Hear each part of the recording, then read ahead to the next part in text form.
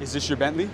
Yes, it is. And what do you do for a living out here in Miami to be able to afford a Bentley? I'm an entrepreneur and an investor. How long have you been a business owner? Oh my gosh. Well, I'm no longer really a business owner. I sold it in 2023. Sold a company? I sold my company, yeah. For how much? For me, my equity shares were worth about $90 million. $90 billion? Yeah. How long have you been a business owner? Well, I owned Solid Core for almost 10 years before I sold it. Did you have a lot of people that hated on you or doubted you when you were building your business? I mean, I'm a woman who's been very successful. Of course, I've had other people who has hated on me. It's just part of the process. So the way that I deal with that is I just try to empower as many women as possible. Right. So how did you personally find that self-belief to go generate millions and millions of dollars? Because a lot of people, they'll doubt themselves when they start out. They kind of get worried about people saying stuff about them. They're going out of the box. How did you find the self-belief to make millions of dollars? You just have to not care, you know? And the things that I was building a company that was making people's lives happier and healthier. So I was excited every single day. There was nothing that was going to get in the way of me building an empire across the country that I thought was improving people's lives. And normally, the people that have something to say about that are people who normally sit on the sidelines and aren't actually doing the work. And, you know, the cheap seats are called cheap seats for a reason. What's the deepest life quote that you've ever heard?